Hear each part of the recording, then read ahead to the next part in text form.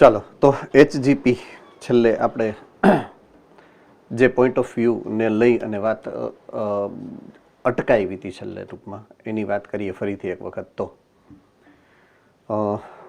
જે પ્રમાણે તમારી ટેક્સ્ટબુકની અંદર ફેક્ટ ફિગર આપ્યા છે એ પ્રમાણે લગભગ 3 બિલિયન બેઝ જોડ આપણા કોઈ પણ કોષની અંદર છે, સિંગલ જીનોમની અંદર જ્યારે વાત કરીએ.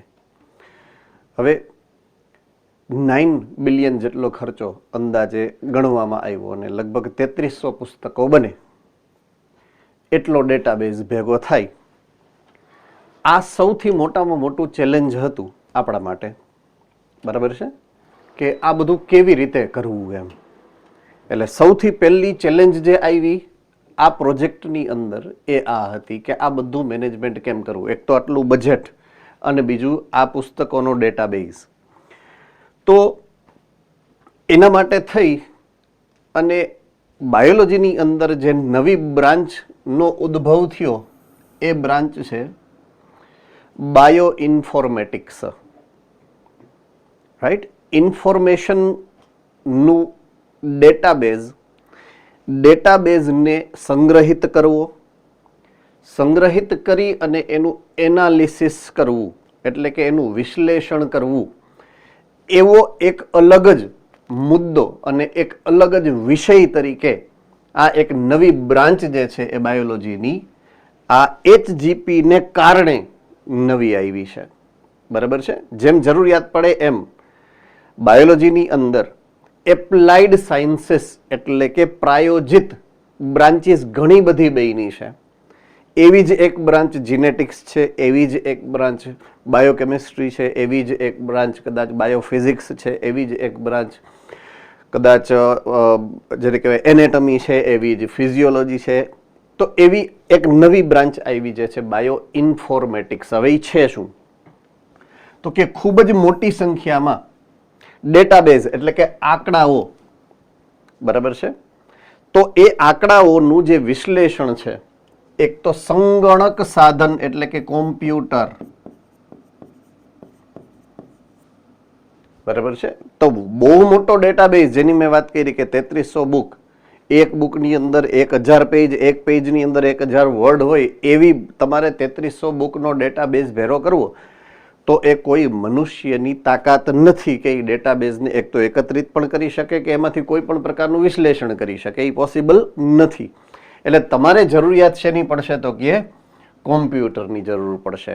પણ કોમ્પ્યુટરની અંદર તમારે એક વિશેષ પ્રકારના સોફ્ટવેરની જરૂરિયાત પડશે જેની આખી સગવડતા એને બાયો ઇન્ફોર્મેટિક્સ કહેવાય. તો એ કરશે શું? આંકડાઓનો સંગ્રહ પણ કરશે, એનું વિશ્લેષણ પણ કરશે અને એનો પુનઃ ઉપયોગ કઈ રીતે કરવો એમાં તમને મદદ કરશે.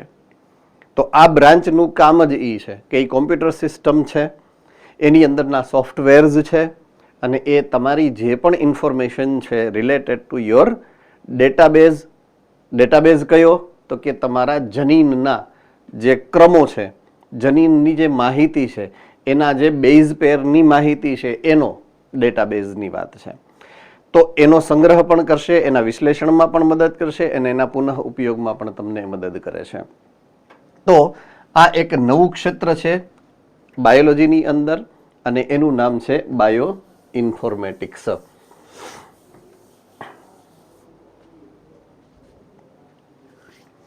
ઓલરાઈટ. હવે HGP જ્યારે વિકાસ કરવામાં આવ્યો તો પ્રોજેક્ટ, ત્યારે એના મુખ્ય લક્ષ્યાંકો કયા કયા હેતુઓ માટે એ બનાવવામાં આવ્યો હતો તો એ 4 મુદ્દાઓ, મૂળ મુદ્દાઓ 4. પહેલું, આપણા કોઈ પણ મનુષ્યની અંદર રહેલા તમામ જનીનો કયા કયા છે એની માહિતી આપણે જોઈતી હતી એક સમયે. સૌથી પહેલું મૂળ લક્ષ્ય આ હતું કે આપણે આપણા જનીનોની માહિતી જોઈતી હતી એમ, બરાબર છે. બીજું, દરેક જનીનના બેઝ જોડનો ક્રમ કે પહેલું કયો બેઝ જોડ છે, બીજો કયો બેઝ જોડ છે, ત્રીજો કયો બેઝ જોડ છે જનીન નંબર 1માં, એમ સેમ ટુ સેમ જનીન નંબર 2માં, સેમ ટુ સેમ જનીન નંબર 3માં. એટલે દરેક જનીનના બેઝ પેરની ઇન્ફોર્મેશન કાઢવી, આ બીજો લક્ષ્ય હતો. બરાબર છે? ઓકે. હવે એ ઇન્ફોર્મેશન કાઢ્યા પછી એના ડેટાબેઝ બનાવવા. ડેટાબેઝ બનાવવા એટલે માહિતીનો સંગ્રહ કરવો. ડેટાબેઝ બનાવવો, માહિતીનો સંગ્રહ કરવો, અને છેલ્લે એનું વિશ્લેષણ કરવું અને એના માટેના સંસાધનો, ઉપકરણો વિકસાવવા કે એનો ઉપયોગ આપણે કઈ રીતે કરી શકીએ, ક્યાં ક્યાં કરી શકીએ, કેમ કરી શકીએ, વગેરે વગેરે. તો આ 4 એના મુખ્ય લક્ષ્યાંકો હતા જેને લઈ અને આ પ્રોજેક્ટની શરૂઆત થઈ. હવે પછીથી ઉદ્ભવેલા અન્ય લક્ષ્યાંકો વધારાના 2 કે દાખલા તરીકે તમે ડેટાબેઝ બનાવ્યો, હ્યુમન જીનોમના મનુષ્યના તમામ જનીનોની માહિતી હવે તમારી પાસે છે કે મનુષ્યના રંગસૂત્ર નંબર 1 ઉપર આટલા જનીનો છે, રંગસૂત્ર નંબર 2 ઉપર આટલા જનીનો છે, રંગસૂત્ર નંબર 3 ઉપર આટલા જનીનો છે. પછી એનું કરવાનું શું? એને કાં તો તમારે કોઈક મનુષ્યના કલ્યાણ હેતુ, હ્યુમન વેલફેર માટે એનો ઉપયોગ કરવો પડે. કોઈક દવા બનાવવામાં, કોઈ રસીમાં, કોઈ જનીન સંબંધિત ખામીઓના નિરાકરણમાં, વગેરે વગેરે, કે સંશોધનમાં. તો તમારે એ માહિતી શેર તો કરવી પડે ને કોકની સાથે. તો એ છે ઔદ્યોગિક રૂપાંતરણ. કે એવા ઉદ્યોગો કે જે દવા બનાવવા, રસી બનાવવા, મે બી કે શું કહેવાય, ઉત્સેચકો અથવા તો અંતઃસ્ત્રાવોનું નિર્માણ સાથે સંકળાયેલા ઉદ્યોગો છે. તો એની સાથે આ બધી માહિતી તમે જો શેર કરો છો તો એના નીતિ નિયમ હશે. એમનેમ શેર નથી કરવાનું ગમે એને. બરાબર છે? હવે એ નીતિ નિયમ, એક તો શેર કરવાનું એટલે કે રૂપાંતરણ કરવાનું, બીજું નીતિ નિયમો બનાવવાના, નૈતિક પાસાઓ કે કોને આપવું, કોને ન આપવું, આપવું તો કઈ શરતોને આધીન આપવું, વગેરે. તો પ્રોજેક્ટ સંબંધિત નૈતિક, કાયદાકીય અને સામાજિક સમસ્યાઓનું પણ સમજી અને નિરાકરણ લઈ આવવું, આવા બીજા 2 વધારાના લક્ષ્યાંકો આની સાથે આવ્યા. હવે આખી જે પ્રક્રિયા છે એનો સમયગાળો અહીંયા તમને ટૂંકમાં રજૂ કરેલો છે કે શરૂઆત ક્યાંથી થઈ. તો 13 વર્ષની યોજના બનાવી અને એની શરૂઆત થઈ હતી. હવે સૌથી પહેલી શરૂઆત કરનાર જે ઇન્સ્ટિટ્યુશન્સ, સંસ્થા હતી ને, એનું નામ છે US ડિપાર્ટમેન્ટ ઓફ એનર્જી, પ્રારંભિક સહયોગ, જેને આ પ્રક્રિયા શરૂ કરી છે એ. બરાબર છે? એની સાથે નેશનલ ઇન્સ્ટિટ્યૂટ ઓફ હેલ્થ, આ 2 સંસ્થાઓ એકી સાથે મળી અને આ કાર્યની શરૂઆત કરે છે. પછી એને લાગ્યું કે આપણે એકલા પહોંચી શકીએ એમ છીએ નહીં, એટલે એણે વિશ્વના અન્ય દેશો તરફ મદદની અપેક્ષા રાખી. એટલે વિસ્તરણ થયું આ પ્રોજેક્ટનું. અને વેલકમ ટ્રસ્ટ UK એટલે બ્રિટિશ સંસ્થા છે, બ્રિટનની સંસ્થા છે, યુનાઇટેડ કિંગડમ. પહેલા શરૂઆત USA કરી છે, એટલે કે અમેરિકાએ કરી છે. પછી બ્રિટન એમાં સહભાગી બન્યું છે. 2 ભેગા થઈ અને કામ કરવાની શરૂઆત કરી, તોય 2 હાથ જોડી ગયા કે હવે આપણે આનાથી વધારે બહુ ઝાઝું ઊંડું ઉતરી શકાય એવી પોસિબિલિટી નથી. એટલે આખા દુનિયાને પોતાની સહભાગિતા માટે એને નિમંત્રણ આપ્યું કે દુનિયાના જે દેશ મદદ કરી શકે એ બધા જ આવી અને મદદ કરો એમ. એટલે ઘણા બધા દેશોએ આમાં સહભાગ આપ્યો છે. જાપાન, ફ્રાન્સ, જર્મની, ચીન અને અન્ય દેશોમાં ભારત સહિતના દેશોએ એની અંદર કોઈક ને કોઈક પ્રકારે વધતા ઓછા પ્રમાણમાં ફાળો જે છે એ આપેલો છે. અને અંતે આ પ્રોજેક્ટ 2003માં પૂરો થયો હતો. બરાબર છે? એટલે લગભગ 1990 થી 2003 સુધી આ પ્રોજેક્ટ જે છે એ જે તે સમયે સરસ રીતે ચાલેલો હતો. ઓકે. હવે આ પ્રોજેક્ટ પૂરો થયાથી આપણને શું ફાયદો થયો? બરાબર છે? આપણને શું એનો ફાયદો થયો? તો દરેક વ્યક્તિઓ એકબીજાથી અલગ છે. એક જ કદાચ દંપતીના 2 સંતાનો હશે ને તો એકબીજાથી અલગ છે. તો વ્યક્તિમાં જોવા મળતી DNAની આ ભિન્નતા વિશેની માહિતી આપણને સૌથી પહેલા તો આને કારણે પ્રાપ્ત થઈ. બરાબર છે, એને આપણે ઓળખી શક્યા. તો આપણને શું ફાયદો થયો? હજારો અનિયમિતતાને આપણે ઓળખી શક્યા, એની સારવાર કરવા અને એને અટકાવવામાં આપણે એ પ્રોજેક્ટની ઇન્ફોર્મેશન એટલે કે માહિતીનો ઉપયોગ કરતા થયા. બરાબર છે. હવે આ તો થઈ ગઈ મનુષ્યની વાત. હવે મનુષ્ય સિવાયના અન્ય સજીવો એનો પણ આપણે આવા ક્રમોનો એટલે કે ડેટાબેઝ બનાવવાની શરૂઆત કરી છે. બરાબર છે. તો માનવ જીવ વિજ્ઞાનના રહસ્યો સમજવા માનવેતર, જો તમારા બુકની અંદર શબ્દ આવો વાપરેલો છે, માનવેતર. માનવેતર એટલે એના સિવાયના અન્ય સજીવો, માનવ સિવાયના સજીવો.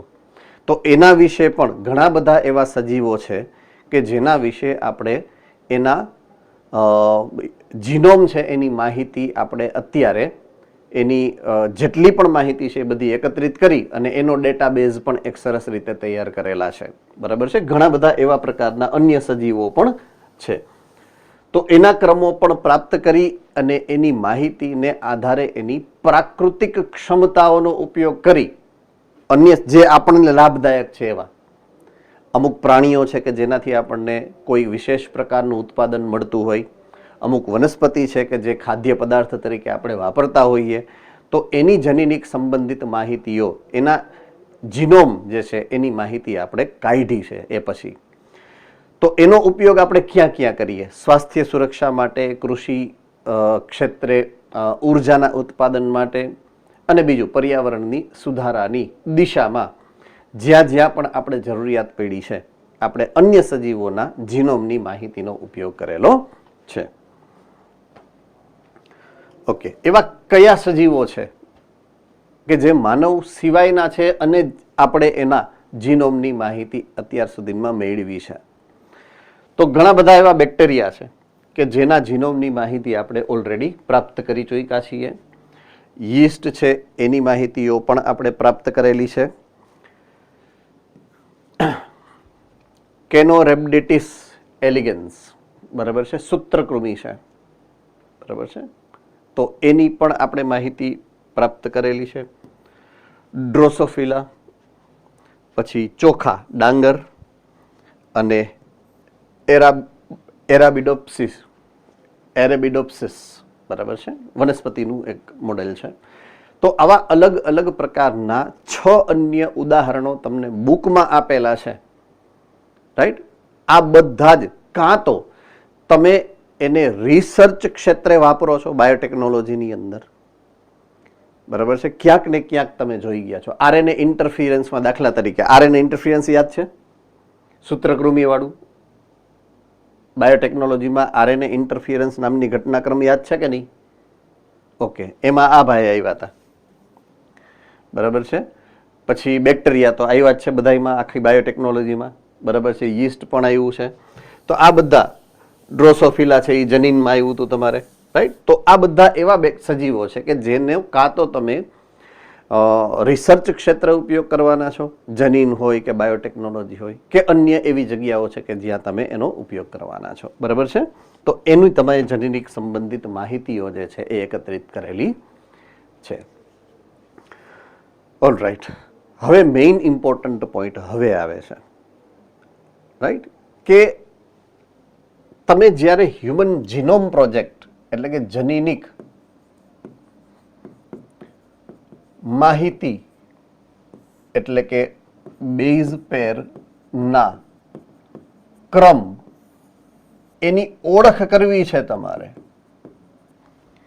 તો એની પ્રક્રિયા કઈ, એમ એ પ્રક્રિયા વિશેની માહિતી અહીંયા શેર કરેલી છે તમારી સાથે. કાર્યપ્રણાલી, મેથોડોલોજીસ, કે જેમાં આ 1 અને આ 2 મેથડ, 2 પદ્ધતિઓનો ઉલ્લેખ કરેલો છે.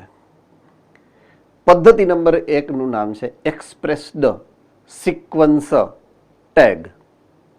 શું છે? એક્સપ્રેસ્ડ સિક્વન્સ અને tag. Okay, expressed sequence tag, એમાં સૌથી પહેલા નામ છે ટેગ. કારણ કે ઇંગ્લિશ છે એટલે ઊંધેથી શરૂ કરવું પડે.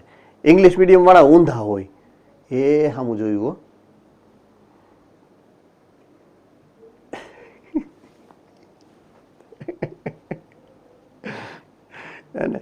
ઓકે, ટેગ કરવું એટલે શું થાય ખબર છે? લેબલ લગાવવું, હે ને?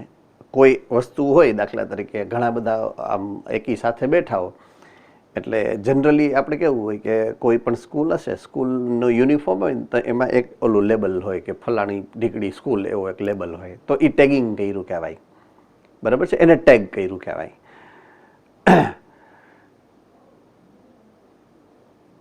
એ લીધો જેમ ભાઈ, મારો કઈ વાંક નથી ભાઈ, હું ભૂલથી બોલી ગયો કે ઇંગ્લિશ મીડિયમ વાળા ઊંધા હોય. બહુ જ ડાયા હોય ઇંગ્લિશ મીડિયમ વાળા. ઇંગ્લિશ મીડિયમ વાળા જેવું ડાયું કોઈ હોય જ નહીં.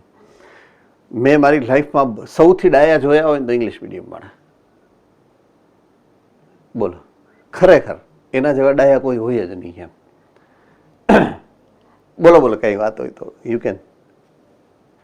ઈ જ હતી ને? Fine, okay. સો ટેગિંગ કરવું એને કહેવાય કે ઓળખવાની છે અને એને લેબલ લગાવી દેવાનું કે આ છે ને આ નથી એમ. પણ કોને ટેગ લગાવવાનું છે તમારે? તો કે એક્સપ્રેસ્ડ સિક્વન્સને. જો ઇંગ્લિશ વર્ડ છે એટલે તમારા માટે કદાચ ગુજરાતી મીડિયમને સમજવું કન્ફ્યુઝ ન કરે એટલા માટે ક્લેરિફિકેશન આપું છું તમને. એક્સપ્રેસ્ડ સિક્વન્સ, સિક્વન્સ એટલે શૃંખલા, અને એક્સપ્રેસ્ડ એટલે જે અભિવ્યક્ત થાય છે એવી શૃંખલા. તો જે શૃંખલા અભિવ્યક્ત થાય એવી શૃંખલાને ઓળખવાની વાત છે. તો તમારા ડીએનએમાં બધા જ જનીનો અથવા તો તમામ ડીએનએ એવું નથી કે જેનું પ્રત્યાંકન થાય. બરાબર છે? અમુકનું પ્રત્યાંકન થાય છે અને અમુકનું પ્રત્યાંકન નથી થતું. તો અમુક જે છે એ અભિવ્યક્ત થતી હોય છે અને અમુક જે છે એ અભિવ્યક્ત નથી થતી. કોડિંગ અને નોન કોડિંગ એવી વાત આપણે જે તે સમયે કહી હતી, જો યાદ હોય તો નોન કોડિંગ નહીં, આપણે કોડિંગ શૃંખલાની વાત કરવી છે, એને આઈડેન્ટિફાઈ, એને ઓળખવી છે, એને ટેગ કરવી છે. તો આ પહેલી વાત. તો એવા જનીનો તમારે ઓળખવાના છે કે જે mRNA ના સ્વરૂપે અભિવ્યક્ત થાય છે. આખા ડીએનએની શૃંખલામાંથી માત્ર એવા જ જનીનોને તમારે ઓળખવાના છે કે જે mRNA બનાવી અને પ્રોટીન સંશ્લેષણ કરશે. તો એને કહેવાય એ પ્રણાલી, એ સિસ્ટમ અથવા તો ક્રિયાવિધિ નંબર 1 જે છે એને કહેવાય એક્સપ્રેસ્ડ સિક્વન્સ ટેગ.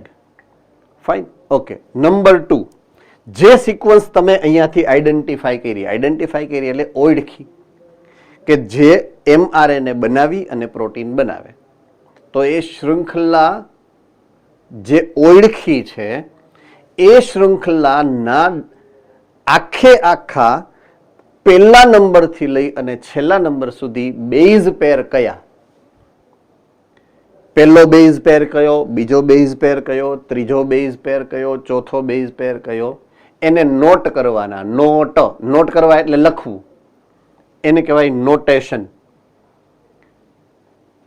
બરાબર છે? એનોટેશનનો મતલબ એવો થાય કે જે ત્યાં જનીન ઉપર જે સિક્વન્સ એટલે કે જે શૃંખલા આપેલી છે બેઝ પેરની, એ તમારે લખવાની છે. તો કોને લખવાનું છે? સિક્વન્સને. સિક્વન્સ એટલે શૃંખલા, શૃંખલાને લખવું એટલે સિક્વન્સ એનોટેશન. તો પહેલા તો જનીનને ઓળખવાના જે mRNA બનાવે છે, અને પછી એના બેઝ પેરની શૃંખલાને એક પછી એક એના અનુક્રમને ઓળખવાના, એને કહેવાય સિક્વન્સ એનોટેશન. સો જનીનમાં જોવા મળતા બધા જીનોમના કોડિંગ અને નોન કોડિંગ અનુક્રમની જાણકારી પ્રાપ્ત કરી એના કાર્યોને નિર્ધારિત કરવાનો એ પ્રયાસ છે. એટલે કે એના બેઝ પેરની માહિતીની નોંધ કરવી એને સિક્વન્સ એનોટેશન કહેવાય. ઓકે, હવે ડીએનએ. Yes sir.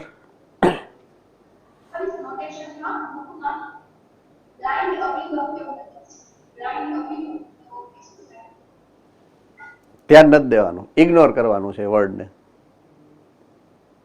કોઈ એનો કોઈ એવો જાજો સરસ મજાનો એવો ઇમ્પોર્ટન્ટ મહત્વ નથી, ટૂંકમાં કહેવાનો મતલબ એવો છે. ઓકે, હવે સિક્વન્સ એનોટેશન.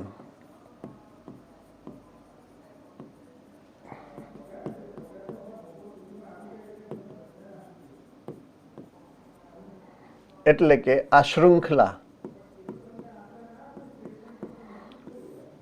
એની માહિતી ની નોંધ, બરાબર છે, એનું અનુવાદન કરો, એનો મિનિંગ કાઢો એટલે ડીએનએ ની અનુક્રમણ લખવી એવું થાય. ડીએનએ નો અનુક્રમ લખવો, બરાબર છે. તો હવે તમારે ડીએનએ ના બેઝ પેરની માહિતીનો અનુક્રમ લખવો છે, એનોટેશન કરવું છે સિક્વન્સનું. તો કરવાનું શું તમારે, રાઈટ? તો એના માટે તમારે કરવું શું પડે? તો બેઝિકલી આ બધી જ માહિતી આપણે બાયોટેકનોલોજીમાં લીધેલી છે, જેનું રિવિઝન અત્યારે થશે. તો પહેલા તો તમારે કોષ લેવાનો છે, પેશી લેવાની છે, પેશીને વાટી નાખવાની છે ઓલા ખલદસ્તામાં, એટલે કોષો બધા છૂટા પડી જશે, બરાબર છે. લુગદી પ્રાપ્ત થાય. આ લુગદીને તમારે એક ટેસ્ટ ટ્યુબમાં લેવાની છે. ટેસ્ટ ટ્યુબની અંદર તમારે એક પછી એક ઓલા ઉત્સેચકો નાખવાના. પેલા કાર્બોદિતના પાચન માટેના કાર્બોહાઈડ્રેટ્સ નાખવાના, પછી લિપિડનું પાચન કરતા લાઇપેઝ નાખવાના, પછી પ્રોટીનના પાચન કરતા પ્રોટીએઝ નાખવાના, અને પછી આરએનએનું પાચન કરતા આરએનએઝ નાખવાના. ડીએનએઝ નથી નાખવાના, કારણ કે તમારે ડીએનએઝનું કામ છે. એટલે ડીએનએને રાખી બાકી બધા જ ઘટકોનું પાચન કરી નાખવાનું. તો એ ઘટનાક્રમને શું કહેવાય? ડીએનએનું અલગીકરણ. એટલે જો તમારે અનુક્રમણ કરવું છે તો સૌથી પહેલું સ્ટેપ તમારું કયું છે? ડીએનએ તમારે શુદ્ધ સ્વરૂપે પછી ઓલો ઠંડો મિથેલોન નાખીને સ્પુલિંગ કરીને કાઢી નાખો તમે. રેડી?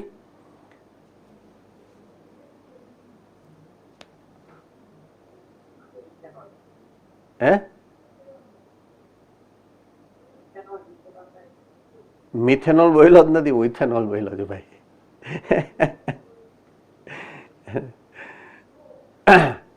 મસ્ત ઠંડો ઇથેનોલ કાઢવાનો ફ્રીજમાંથી, અને પછી નાખવાનો. ઓકે, એમાં હું શરદી થઈ ને એટલે કદાચ ઇથેનોલનું મિથેનોલ સંભળાણું હોય છે તમને. It is okay. ચાલ, હવે આપણે ડીએનએના ટુકડા કરવાના છે. તો ટુકડા કરવા માટે તમને ખ્યાલ છે કે વિશિષ્ટ પ્રકારનો ઉત્સેચક છે જેનું નામ છે રિસ્ટ્રિક્શન એન્ડોન્યુક્લિયેઝ, જે એક નિશ્ચિત સ્થાનેથી તમારા ડીએનએને ટુકડામાં એટલે કે નાના નાના ખંડોમાં વિભાજિત કરી શકે. ત્રીજી જે પ્રક્રિયા છે જનીનોની એ છે ક્લોનિંગ. ક્લોનિંગ એટલે બહુગુણન, બરાબર છે. તો ક્લોનિંગ તમે કરાવી શકો, બહુગુણન તમે કરાવી શકો. અને નેક્સ્ટ સ્ટેપ છે પ્રવર્ધન, એમ્પ્લિફિકેશન. એમ્પ્લિફિકેશન એટલે અસંખ્ય નકલો તૈયાર કરવી. ક્લોનિંગ માટે સૌથી પહેલા શું કરવું પડે? તમારે એને વાહકની અંદર દાખલ કરવું પડે. ક્લોનિંગ વાહકમાં દાખલ કરો અને પછી એનું બહુગુણન કરો. એ પ્રવર્ધન થઈ ગયું, બરાબર છે. તો આટલા આ ઘટનાક્રમ બધા જ તમે જાણો છો, એટલે વિશેષ હું આની અંદર બહુ ઊંડો નથી ઉતરતો.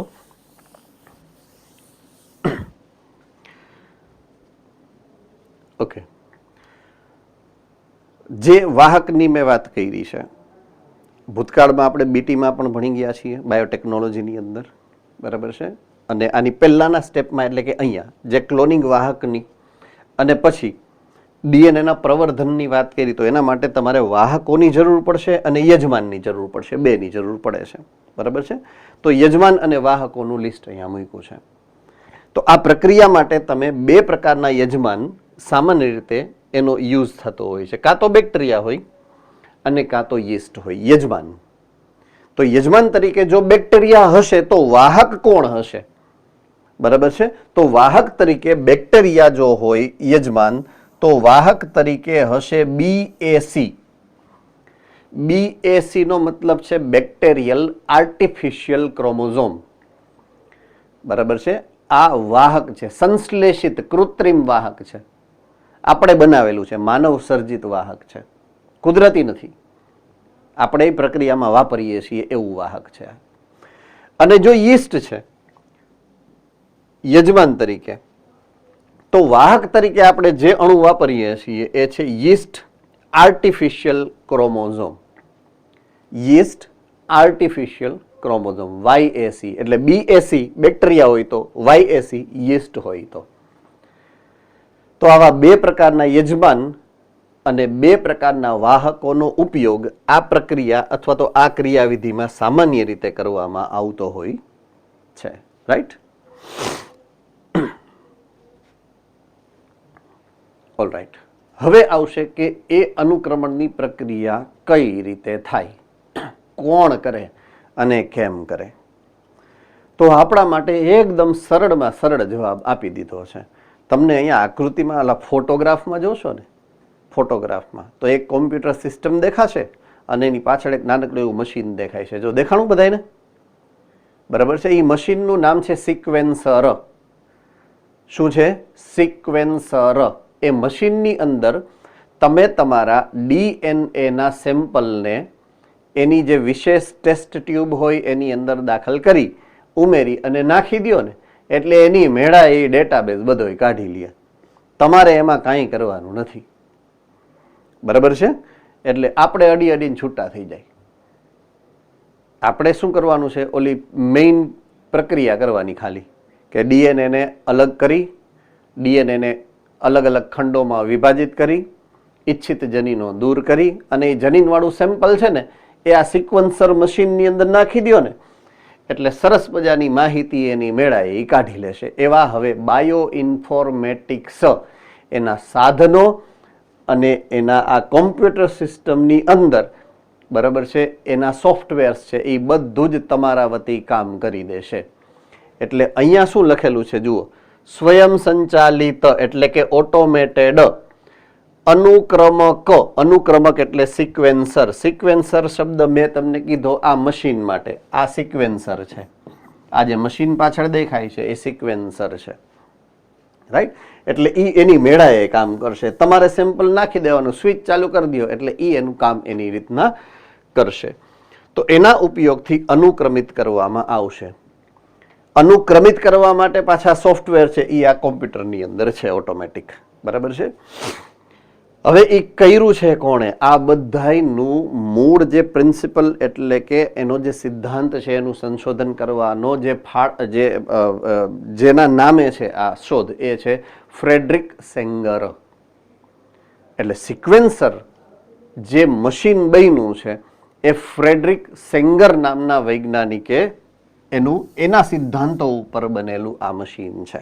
તો એના દ્વારા જનીનિક માહિતીની જે અનુક્રમણની પ્રક્રિયા છે એ તમારા માટે એ મશીન કરી આપશે.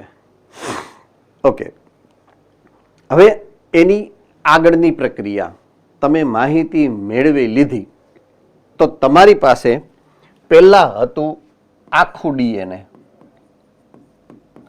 શું હતું? આખું ડીએનએ. તમે શું કર્યું ખબર છે? એના નાના ખંડો કરી નાખ્યા. એટલે એવા તો ઘણા બધા ખંડો છે અને એનું મિશ્રણ છે પાછું. તમારા જે સેમ્પલ છે, સેમ્પલની અંદર તો એ મિશ્રણ છે બધું જ. એટલે માહિતી જે મળી છે એ મિશ્ર માહિતી છે.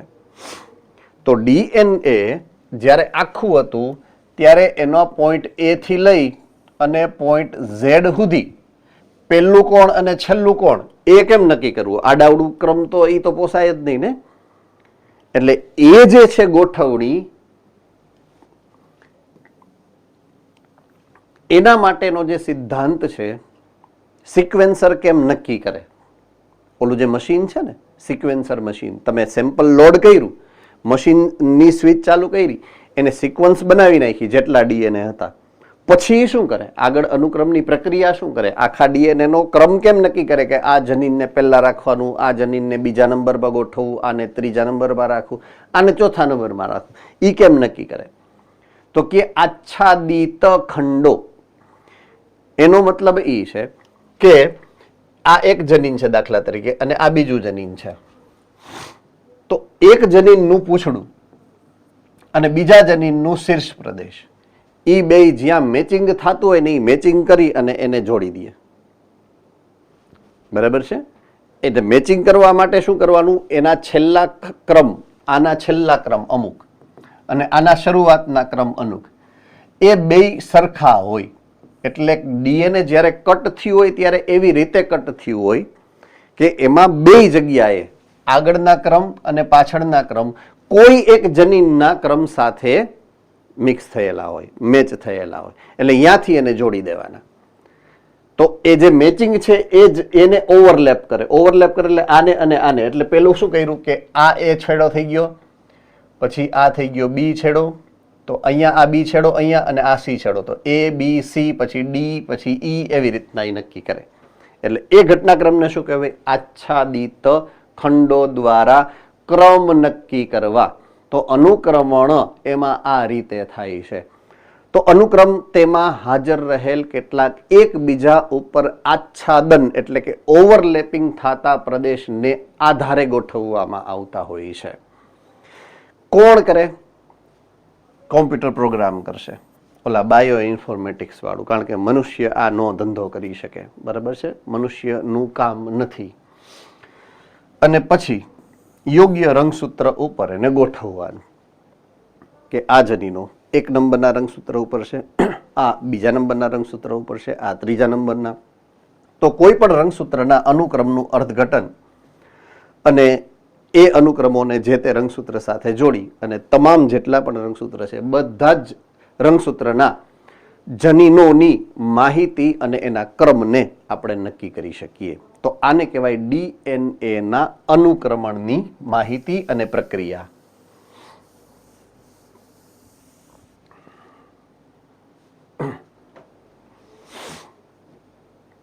હવે આ જે અનુક્રમણ HGP ને માટે થઈ અને શરૂ કરેલું હતું જે તે સમયે, અને પૂરું થયું જે 2003ની આસપાસ. તો 2003માં તો કાર્ય સહિત ઘણા બધા જનીનોના કાર્ય સહિતની, પણ અનુક્રમણ સૌથી છેલ્લે ક્યારે પૂરું થયું ખબર? 1999માં. અને સૌથી છેલ્લામાં છેલ્લું રંગસૂત્ર, જે રંગસૂત્ર નંબર 22મું હતું, દૈહિક રંગસૂત્ર છેલ્લું 22મા નંબરનું રંગસૂત્ર, બરાબર છે. તો 1999માં એનું અનુક્રમણ પૂરું થયું છે. એટલે પહેલા નંબરનું રંગસૂત્ર, પછી બીજું, પછી ત્રીજું, પછી ચોથું, સૌથી છેલ્લું 22મું હતું. હા, 1999 સુધી હજુ એક્સ અને વાય રંગસૂત્રનું અનુક્રમણ બાકી હતું. સૌથી છેલ્લું દૈહિક રંગસૂત્ર 22મા નંબરનું 1999માં એનું અનુક્રમણ આપણે પૂર્ણ કર્યું. ઓકે, હવે એના પછીનું 1999માં આ જે અનુક્રમણ પૂરું કર્યું એના પછીની જે એની ચેલેન્જ હતી એ શું હતી? તો કે જનીન સંકુલ એટલે કે જીનોમ આપણું જે છે, બરાબર છે, એનો નકશો, આનુવંશિક કે ભૌતિક નકશો, જીનેટિક મેપિંગ કરવાની વાત છે એ. તો એ એક નેક્સ્ટ પોઈન્ટ આપણો હતો, એ જે તે સમય 1999ની વાત છે, અત્યારની નથી. તો એ શું છે? જનીનિક નકશો અથવા તો આનુવંશિક નકશો શું છે એમ, બરાબર છે, એની વાત હવે તમને કરી છે. તો આપણા માટે આ નવો પોઈન્ટ આવ્યો કે આનુવંશિક નકશો અથવા તો જીનેટિક મેપ કહેવાય એને ઇંગ્લિશમાં. તો મેપ એટલે નકશો, નકશો એટલે દાખલા તરીકે મારી પાસે 22 રંગસૂત્ર છે દૈહિક, એક રંગસૂત્ર છે દૈહિક લિંગી રંગસૂત્ર. તો કેટલા જનીનો છે? જનીનોનો એક સમૂહ કે જે હું પહેલા નંબરના રંગસૂત્ર ઉપર ગોઠવું છું, જનીનોનો એક જથ્થો કે જેને હું 2 નંબરના રંગસૂત્ર ઉપર ગોઠવું છું, જનીન નંબર 3 સમૂહ નંબર 3 જેને હું ત્રીજા નંબરના રંગસૂત્ર ઉપર, તો એને મેપિંગ કર્યું કહેવાય, એને નકશો તૈયાર કર્યો કે આ જનીન છે એ ચોથા નંબરના રંગસૂત્રના 10મા સ્થાન ઉપર આવેલ છે, એનું સ્થાન નક્કી કર્યું કહેવાય, મેપ કર્યું કહેવાય. તો જનીન સંકુલનો એટલે કે જીનોમનો આનુવંશિક અને ભૌતિક નકશો કરવાનું કાર્ય કઈ રીતે થયું છે? તો આ 3 સિદ્ધાંતોનો ઉપયોગ થયો છે, બરાબર છે. એક છે પોલીમોર્ફિઝમ,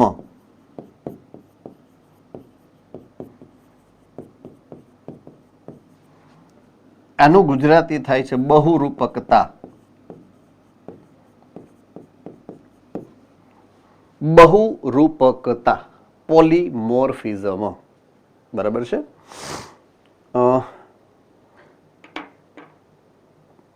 ચેપ્ટર નંબર 4 ધોરણ 11, કોષ્ઠાંતરી, બહુરૂપકતા, એવો શબ્દ ક્યાંક આવ્યો હશે હે ને? તો એનો અર્થ શું થાય બહુરૂપકતાનો?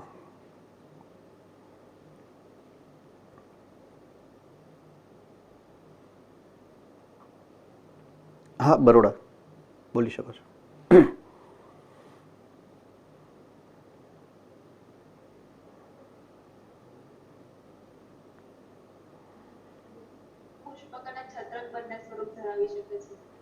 ઓકે, એટલે સજીવ એક અને સ્વરૂપ બે, આને બહુરૂપકતા કહેવાય. Good answer, right. એટલે સજીવ એક છે જેના બે સ્વરૂપ હોઈ શકે. ઓલી ઈચ્છાધારી કન્યા ન હોય, ગમે ત્યારે ગમે એ સ્વરૂપ બદલી નાખે, બસ એ બહુરૂપકતા કહેવાય. સિરિયલમાં નાગિન બની જાય ને પછી પાછી નોર્મલ થઈ જાય, હે ને, બસ એ બહુરૂપકતા કહેવાય. રૂપ બદલી શકે એમ. તો અહીંયા બહુરૂપકતા એ નાગણી માટે નથી, જનીન માટે છે, રાઈટ. એટલે પહેલા સમજીએ કે જનીન માટે બહુરૂપકતા એટલે શું, એટલે ગોટે ના ચડીએ એમ, રાઈટ. ઓકે, ચાલો. જ્યારે હું વાત કરીશ કે વિકૃતિ, તો વિકૃતિમાં તમને એક શબ્દ સરસ મજાનો સમજાવેલો છે જેનું નામ છે પોઈન્ટ મ્યુટેશન. જો યાદ હોય તો યાદ છે પોઈન્ટ મ્યુટેશન? ઓકે. પોઈન્ટ મ્યુટેશનનો અર્થ એવો છે કે આખા જનીનની અંદર કોઈ એક બેઝ પેર એવો છે કે જે ઓલ્ટર થયો છે, બદલાણો છે, નીકળીને એના સ્થાને કાંઈ નવો આવી ગયો છે ને કાં ઉલટો પુલટો થઈ ગયો છે. દાખલા તરીકે સિકલ સેલ એનેમિયામાં એક ઉલટા પુલટો થઈ ગયો, ટીની બદલે અને એની બદલે ટી થઈ ગયો હતો. તો આપણા શરીરની અંદર જ્યારે પણ કોઈ પણ, દાખલા તરીકે હું ઇન્સ્યુલિન પ્રોડ્યુસિંગ જનીન મારું લઉં અને તમારું લઉં, આપણા બધાયનું, દાખલા તરીકે અહીંયા બેઠેલા લગભગ 15 વ્યક્તિઓ છો તમે અને એક હું, 16 વ્યક્તિ દાખલા તરીકે છીએ, અને બધાયમાં જો ઇન્સ્યુલિનનું જનીન ચકાસું ને, તો એક એક જગ્યાએ તો ક્યાંક ક્યાંક તો એકબીજાથી અલગ હોઈ શકીએ આપણે મોટા ભાગે. તો જનીન તો એક જ છે બધાયનું, ઇન્સ્યુલિન ઉત્પન્ન કરે છે એ જનીન, પણ તોય થોડુંક થોડુંક અલગ, એને બહુરૂપકતા કહેવાય. अब समझ में आ रही है बात? तो जनीन एक પણ એનું સ્વરૂપ અલગ છે. કઈ રીતે? તો કે એના બેઝ પેરમાં થોડોક ફેરફાર છે, તો એને ધ્યાનમાં લીધું છે જનીન નકશો તૈયાર કરવા માટે. બરાબર છે? ઓકે. બીજું, રિસ્ટ્રિક્શન એન્ડોન્યુક્લિયસની ઓળખ શૃંખલા, એને ધ્યાનમાં લીધી છે જનીન નકશો તૈયાર કરવા માટે. ઓળખ શૃંખલા એન્ડોન્યુક્લિયસની. બરાબર છે? અને ત્રીજું, પુનરાવર્તિત અનુક્રમો. હવે આ આપણા માટે નવું, પુનરાવર્તિત અનુક્રમો. તો જે સમયે મેં તમને ઓલા કોડિંગ અને નોન કોડિંગની માહિતી આપી હતી પહેલી વખત, બરાબર છે, કોડિંગ અને નોન કોડિંગની માહિતી મેં જ્યારે પહેલી વખત તમને આપી હતી ત્યારે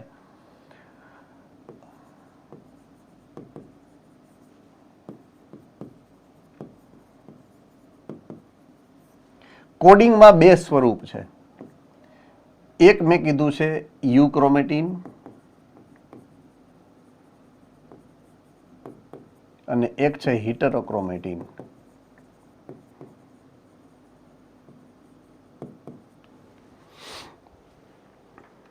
આવું યાદ છે તમને? મેં તમને સમજાવેલું છે ભૂતકાળમાં. રેડી? તો આ હિટરોક્રોમેટિન કોણ છે? ઈ કોણ યાદ કરાવશે મને? હું ભૂલી ગયો છું પાછો. કોણ છે આ? બોલો. ભુજવાળા, હાલો બોલો.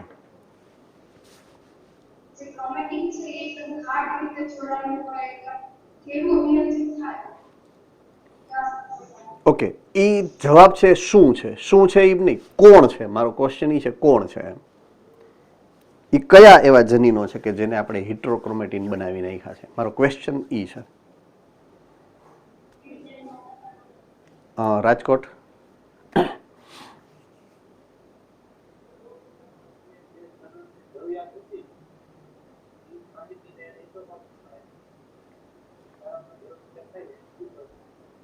Okay, fine. કદાચ છે ને આપણા મગજમાંથી નીકળી ગયું છે, ફરીથી યાદી અપાવી દઉં.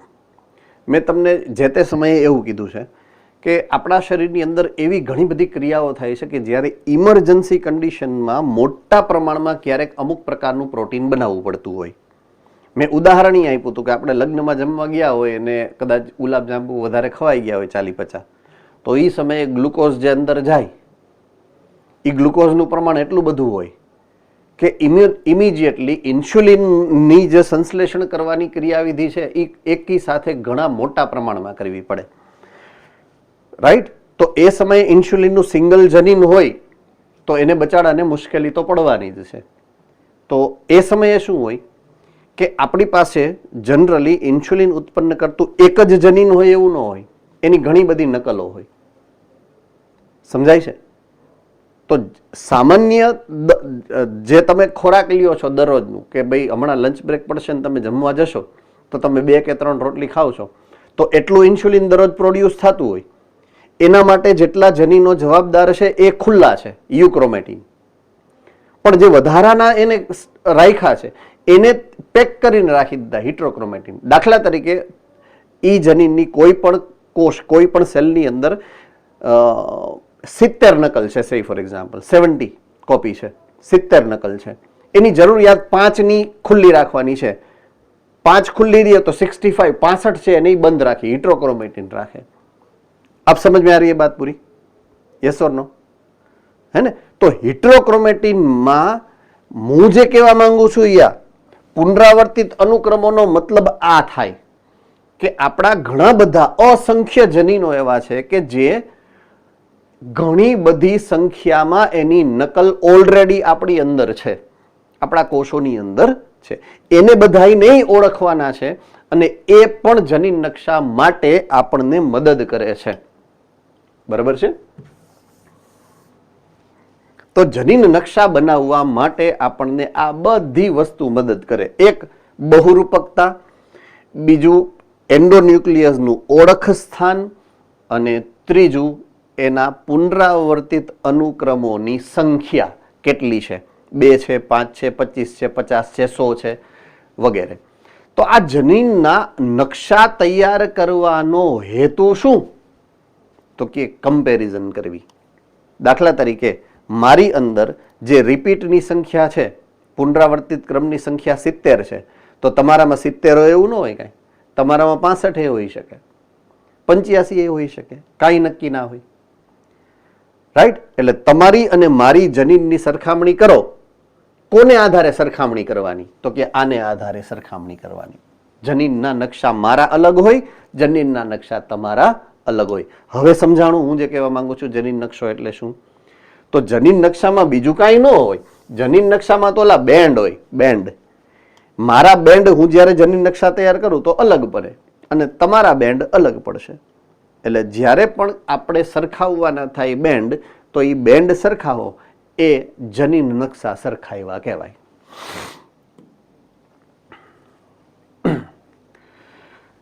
ફાઇન.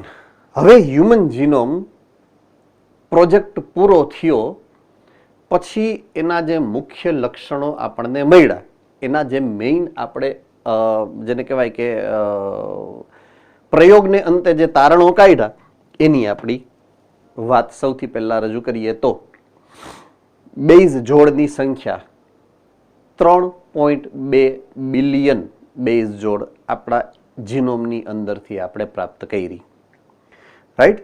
બીજું, જનીનોની સરેરાશ જે એની લેન્થ, દાખલા તરીકે કુલ જનીનો એની સંખ્યા જે છે લગભગ 30,000 જેટલી છે. કેટલી છે? લગભગ 30,000 જેટલા જનીનો આપણા જીનોમની અંદરથી આપણે આઈડેન્ટિફાઈ કર્યા. હવે દરેક જનીન એક સરખા કદનું નથી, તો આનું સરેરાશ કદ બેઝ પેર ની સંખ્યા પરથી 3000 બેઝ પેર સરેરાશ લંબાઈ ગણી છે જનીનોની. બરાબર છે? 3000 બેઝ પેર સરેરાશ લંબાઈ ગણવામાં આવી છે, રાઈટ? તો જનીનોમાં લગભગ એવરેજ 3000 જેટલા બેઝ પેર હોય. સૌથી મોટું જનીન ડિસ્ટ્રોફિન નામના પ્રોટીનનું છે.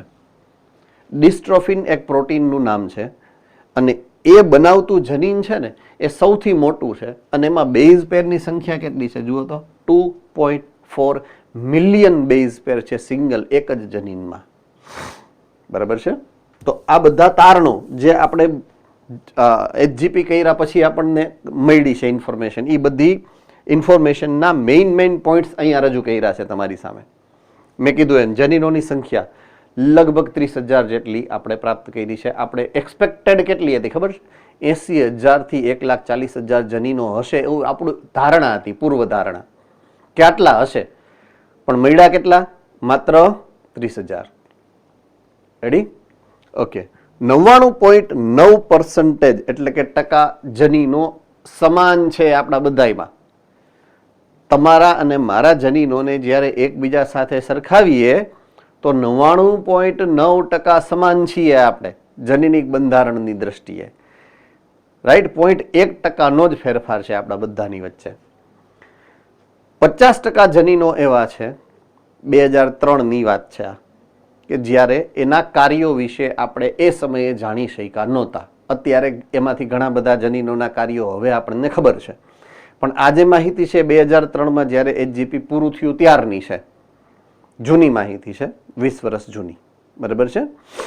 તો ત્યારે 50% જનીનોના કાર્યો હજી અજાણ હતા, એ જે સમયે પૂરો થયો પ્રોજેક્ટ ત્યારની વાત છે.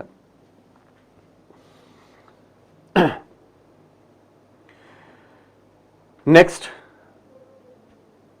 પ્રોટીન સંકેતન એટલે કે કોડિંગ શૃંખલા. જે હમણાં કોડિંગ નોન કોડિંગની વાત કરી ને, તો કોડિંગ શૃંખલા કેટલી? ટોટલ જીનોમમાં કોડિંગ શૃંખલાનું પ્રમાણ કેટલું જુઓ જોઈએ? ઓનલી 2%. માત્ર 2%. 2% ની બાજુ 2% કરતા પણ ઓછા જીનોમ પ્રોટીનનું સંકેતન કરે છે. વિચાર કરો, કુલ જેટલો તમારો જીનોમ છે એમાંથી 2% થી પણ ઓછો જીનોમ તમારા પ્રોટીનના સંશ્લેષણ માટે જવાબદાર છે. એનાથી તમારું આખું શરીર ચાલે છે, બંધારણ ચાલે અને કાર્યો પણ ચાલે. રાઈટ? તો બાકીના બધાય અલગ જ હેતુ માટે છે. કયો હેતુ છે? વિકાસ, વૃદ્ધિ અને સૌથી મોટું ઉત્ક્રાંતિ. બરાબર છે? ઓકે.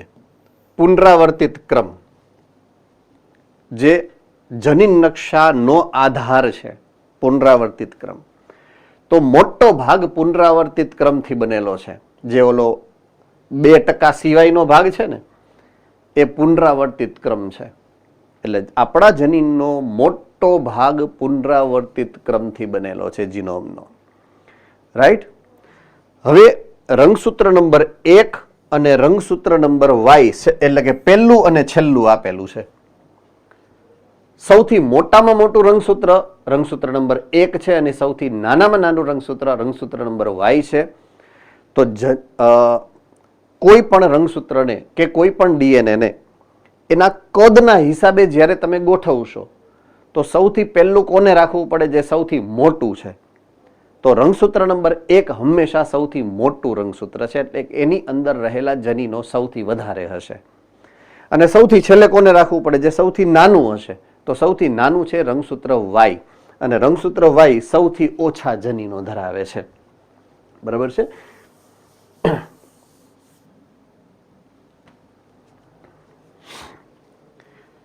હવે પુનરાવર્તિત ક્રમ આપણે જ્યાં ફોકસ કરવાનું છે હવે ઈ પુનરાવર્તિત ક્રમ. હવે આનું મહત્વ મેં કીધું એમ જનીન નકશા માટે મહત્વનું છે. જીન મેપ, એના માટે આ આપણને ખાસ ઈ મદદ કરશે. તો આ પુનરાવર્તિત ક્રમની જ્યારે વાત છે તો એનું મહત્વ, પહેલા તો પુનરાવર્તિત ક્રમ છે DNA ના એવા ભાગ, રાઈટ, કે જેનું વારે વારે પુનરાવર્તન થાય. કંઈક 100 નકલ હોય અને કંઈક 1000 નકલો પણ હોય. એક જ જનીનની 100 નકલ હોઈ શકે ને અમુક જનીનની તો હજારો નકલ પણ હોઈ શકે. પછી જરૂર ન હોય એટલે શું કરવાનું? હિટ્રોક્રોમેટિન બનાવીને મૂકીને રાખવાનું, જ્યારે જરૂર પડે ત્યારે પાછું યુક્રોમેટિન બનાવીને કામમાં લઈ શકો તમે, રાઈટ? તો ખાસ કરીને એનું આપણા શરીરની અંદર મહત્વ શું છે એ અહીંયા તમને લખેલું છે. એવું માનવામાં આવે છે કે એનું ડાયરેક્ટ સંકેતન એટલે કે કોડિંગમાં કોઈ મહત્વ નથી. કોડિંગમાં એનું કોઈ મહત્વ નથી, રાઈટ? જે પુનરાવર્તિત ક્રમ છે એ કોડિંગ માટે ડાયરેક્ટલી ઇન્વોલ્વ નથી એમાં. તો કે રંગસૂત્રની પહેલું સંરચના, બીજું એનું ડાયનેમિક્સ એટલે કે ગતિકી, અને ત્રીજું વિકાસ. એટલે મૂળભૂત રીતે એ ઉત્ક્રાંતિ સાથે સંકળાયેલા છે, રાઈટ? ઉત્ક્રાંતિક રીતે જે પણ જેને કહેવાય ને કે આનુવંશિકતા અને ભિન્નતા, જે શબ્દ છે ને ભિન્નતા, એ અહીંયા લાગુ પડે. અને ભિન્નતાનો અર્થ છે રૂપાંતરણ, નોખું પડવું.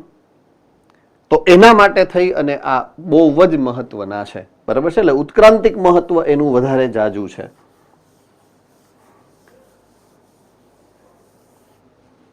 ઓકે, સો પુનરાવર્તિત ક્રમ શેના માટે જરૂરી છે? રંગસૂત્રની સંરચના, રંગસૂત્રની કાર્ય પ્રણાલી એટલે કે ગતિકી, અને રંગસૂત્રનો વિકાસ એટલે કે ઉત્ક્રાંતિ માટે. તો એના માટે પુનરાવર્તિત ક્રમો જે છે એ આપણા માટે મહત્વના બનશે.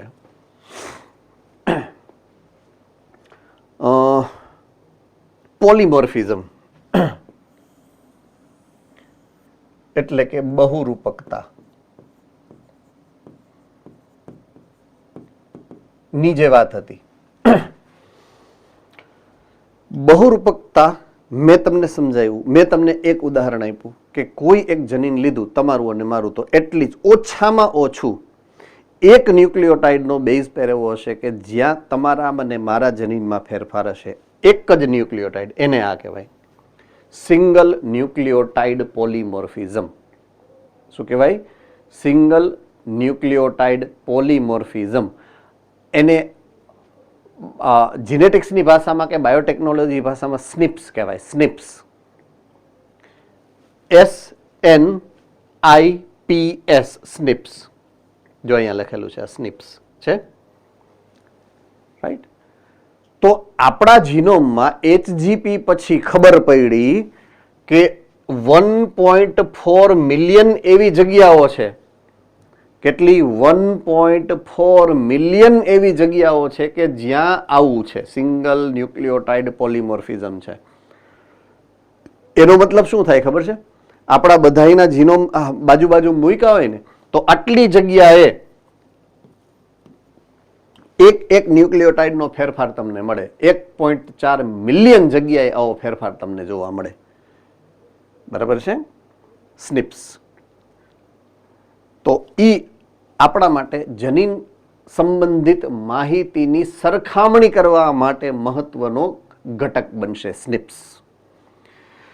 તો આ માહિતીથી રંગસૂત્રમાં એ જગ્યાઓ કે જે રોગ સાથે સંકળાયેલ ક્રમ અને માનવના ઇતિહાસ વિશે તપાસ મેળવવામાં સહાયક છે. હવે સ્નિપ્સનો ઉપયોગ આપણે ક્યાં કરીએ છીએ? મેં કીધું એમ કે આને તમે સરખાવી શકો.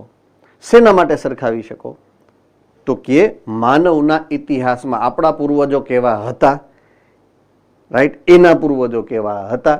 તો એમાં આ જનીનિક બંધારણ જે છે એના ફેરફારોને તમે જ્યારે સરખાવો, એ ક્રમને સરખામણી કરો, ત્યારે તમે આ ઉત્ક્રાંતિક માહિતી મેળવી શકો, રાઈટ? આ પહેલી વસ્તુ. બીજી વસ્તુ, આપણે જેમાં રસ છે વધારે ઈ રોગ, અમુક ચોક્કસ પ્રકારના જે આનુવંશિક રોગો છે, એ આનુવંશિક રોગોની માહિતી માટે પણ આ સ્નિપ્સ જે છે એ મહત્વના બનતા હોય છે, બરાબર છે? દાખલા તરીકે આપણે ઓલા 6ઠ્ઠા નંબરમાં AT અને TA થઈ ગયું હતું, બરાબર છે? તો એક સિકલ સેલ એનિમિયા નામનો રોગ થઈ ગયો, તો એ સ્નિપ્સ વાળો ફેરફાર હતો. તો અહીંયા તમે રોગ વિશે પણ ઘણા બધા જે છે સ્નિપ્સ જે છે એ મહત્વપૂર્ણ હોય છે એમ. ઓકે, હવે આવશે HGP નું પ્રયોજન. પ્રયોજન એટલે હવે શું કરવું એમ, હવે એનો ઉપયોગ આપણે ક્યાં કરશું, એપ્લિકેશન, અને ભવિષ્યના એની સાથે જોડાયેલા ચેલેન્જીસ, પડકારો કયા કયા છે. ઓકે, હવે આપણે અનુક્રમો દ્વારા ઘણી બધી અર્થપૂર્ણ જાણકારી ઓલરેડી મેળવી ચૂક્યા છીએ. હવે એના સંશોધન કરી અને આવનારા દશકાઓમાં એટલે કે ભવિષ્યમાં જૈવિક તંત્રને સમજવામાં આપણને સરળતા પડશે. એટલે કે જૈવિક કાર્યો કઈ રીતે થાય છે અલગ અલગ પ્રકારના સજીવોમાં, બેક્ટેરિયાથી લઈ અને મનુષ્ય સુધીમાં અલગ અલગ સજીવમાં કઈ રીતે આ કામ થાય છે. બરાબર છે?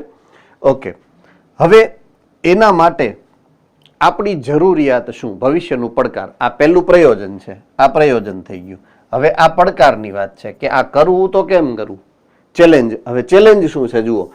હવે જો આ કરવું છે તો એક તપેલું લ્યો, એમાં થોડુંક દૂધ નાખો, સેજ પાણી નાખો, ચાની ભૂકી નાખો અને ચા બનાવી નાખો. એટલું સરળ તો છે નહીં આ કામ. ચા બનાવવાની તો વાત નથી. તો આની અંદર તમારી જરૂરિયાત જે છે સૌથી પહેલા તો એ છે એક્સપર્ટાઇઝ વ્યક્તિઓ, વૈજ્ઞાનિકોની જરૂરિયાત પડે, તજજ્ઞો. રાઈટ? તો તમારી જરૂરિયાત છે આ વિશેષજ્ઞો, રચનાકારો કે જેની પાસે કુશળતા અને સર્જનાત્મક શક્તિ છે, કે જે આ સમજી પણ શકે છે, આ કામ કરી પણ શકે છે.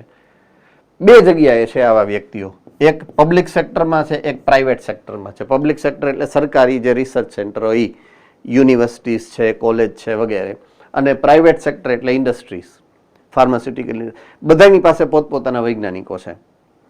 તો એના દ્વારા જ આ કામ કરી શકાય. જે તે વ્યક્તિ મને ઈચ્છા થાય કે હાલો હું ચાલુ કરી દઉં એમ ના હોય.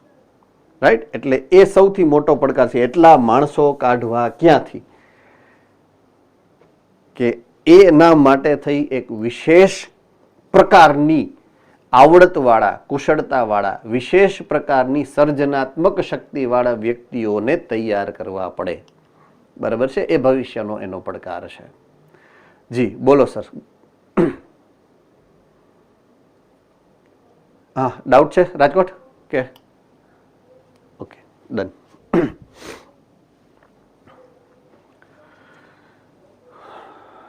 ઉપયોગ, જે આપણે ભવિષ્યમાં એનો ઉપયોગ કરવાનો છે, તો જૈવિક પ્રણાલીઓ વિશેની જે માહિતી છે, જૈવિક સંશોધનોમાં નવા નવા આયામો, દિશાઓ આપણે એમાં એનો ઉપયોગ કરી શકીએ. તો જૈવિક સંશોધનોમાં ઘણી બધી પ્રકારની નવી નવી માહિતીઓ આપણે આના દ્વારા મેળવી શકવાના છીએ.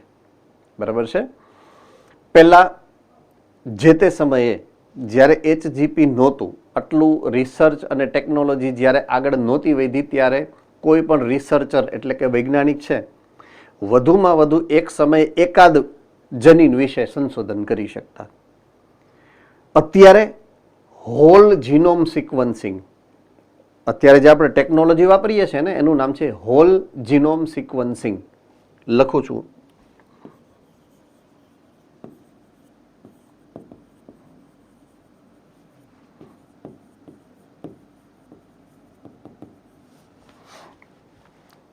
જીનોમ સિક્વન્સ એટલે જનીનની શૃંખલા તૈયાર કરવી, જીનોમની શૃંખલા તૈયાર કરવી, પણ આખે આખું. બરાબર છે? આખા જીનોમનું સિક્વન્સ તમે એકી સાથે કરી શકો, એટલી ટેકનોલોજી અત્યારે આગળ વધી ગઈ છે. કરવાનું શું છે? કાંઈ જ નહીં. પહેલા તો કોષ લેવાના, કોષમાંથી જનીનને અલગ કરવાના, જનીનના ટુકડા કરી નાખો, મશીનમાં નાખી દો, કામ પૂરું. તમારું બધું કામ ઓલો સિક્વેન્સર કરી દે. પહેલા સિંગલ જનીન વિશે જ સંશોધન થઈ શકતું હતું. હવે બધું જ આખી અલગ જ દુનિયા થઈ ગઈ છે જીન્સની. જનીન શાસ્ત્ર આખું બદલાઈ ગયું છે due to human genome project. Right? તો સમગ્ર જીનોમના અનુક્રમ, જો આ સમગ્ર જીનોમ અનુક્રમ એટલે કે મેં કીધું હોલ જીનોમ સિક્વન્સીસ. રાઈટ? શું કહેવાય એને? Whole genome sequences. નવી ટેકનિક, એ અને નવી ટેકનિકને આધારે ઉત્પન્ન થતા પ્રશ્નોનો વ્યવસ્થિત રીતના હલ કરવા માટે હવે આપણને વ્યાપક સરળતા મળે છે. એટલે હવે આપણે સરસ રીતે આ બધા પ્રશ્નોનો જવાબ આપી શકીએ છીએ. તો જીનોમમાં પ્રાપ્ત થતા બધા જ જનીનો વિશે એકી સાથે હવે આપણે માહિતી પ્રાપ્ત કરી શકીએ છીએ. રાઈટ? ઓકે, જનીન અને પ્રોટીન, જીન પ્રોટીન ઇન્ટરેક્શન, જનીન અને પ્રોટીનની આંતરક્રિયા, રાઈટ. તો કોઈ પણ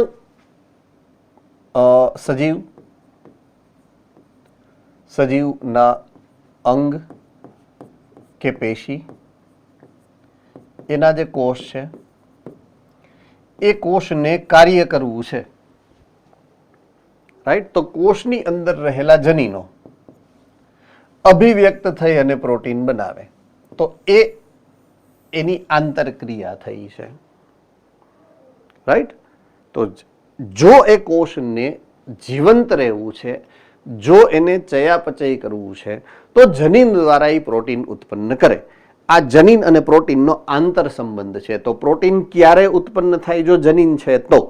જનીનનું કામ શું છે? તો કે પ્રોટીન ઉત્પન્ન કરવાનું. એ બેયનું કામ શું છે? તો કે તમને જીવંત રાખવાનું. સિમ્પલ.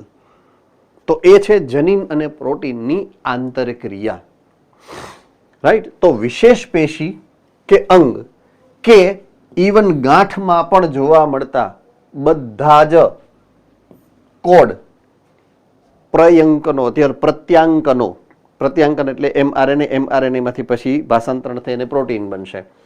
જીવન રસાયણોને લયબદ્ધ રાખવા માટે, આ લયબદ્ધ રાખવાનો મતલબ અહીંયા ચયાપચય ગણવું. હજારો જનીન અને હજારો પ્રોટીન એકબીજા સાથે શૃંખલામય રીતે જોડાયેલા છે, બરાબર છે. તમને કદાચ ચેપ્ટર નંબર 9 ની અંદર, ધોરણ 11 ની અંદર, ચયાપચયની અંદર એવું સમજાવવામાં આવ્યું હતું, કોઈ પણ કોષની અંદર સામાન્ય ચયાપચયની કેટલા બધા પાથવે એટલે કે પરિપથ એકી સાથે સક્રિય હોય. કોઈ પણ કોષની અંદર ચયાપચયના ઘણા બધા પરિપથ એકી સાથે સક્રિય હોય. દરેક પરિપથ કેટલાય બધા સ્ટેપ્સના હોય. મતલબ કે તમારા કોષના કોષરસની અંદર ઘણા બધા પ્રકારના ચયાપચયકો એટ એ ટાઈમ હાજર હોય. છતાં પણ એક પરિપથનો જે ચયાપચયકો બીજા પરિપથમાં ઘૂસતો નથી. ટ્રાફિક છે પણ અનિયંત્રિત નથી, એવું તમને સમજાવવામાં આવ્યું છે. જો યાદ છે તો. યાદ છે? બસ એ જ છે આ મુદ્દો. હજારો જનીન જે હજારો પ્રોટીન ઉત્પન્ન કરે અને આ બધા એકબીજા સાથે જોડાયેલા છે, મૂળભૂત રીતે શેના માટે? તો કે ચયાપચય માટે. તો એ જ છે જનીન અને પ્રોટીનની અરસપરસની આંતરક્રિયા. શેના માટે છે? કોષને જીવંત રાખવા માટે. ઓલું કોષની સાપેક્ષે વાત કરી હતી, આ જનીનની સાપેક્ષે વાત કરી છે. મૂળ મુદ્દો તો એ જ છે, ચયાપચયને જીવંત રહેવું. ત્યાં આપણે જૈવિક અણુઓની વાત કરતા હતા, પ્રોટીનની વાત કરતા હતા. અહીંયા આપણે જનીનની વાત કરીએ છીએ.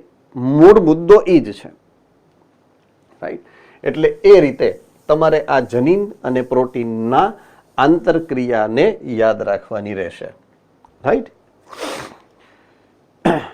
નેક્સ્ટ મુદ્દો છે DNA ફિંગરપ્રિન્ટિંગ, રાઈટ. છેલ્લો મુદ્દો છે અને આજે હવે પૂરો થશે નહીં એટલે હું શરૂ નથી કરતો ટૂંકમાં, બરાબર છે. એક લેક્ચરનું કામ હવે બાકી રહેશે આપણે, અને શક્ય હોય તો આપણે કાલે જ પૂરું કરી દઈશું, રાઈટ. કાલે એવું હશે તો લેક્ચર કંઈક અરેન્જ કરી અને કાલે જ આ આપણે પૂરો કરી દઈશું મુદ્દો. હા બેટા.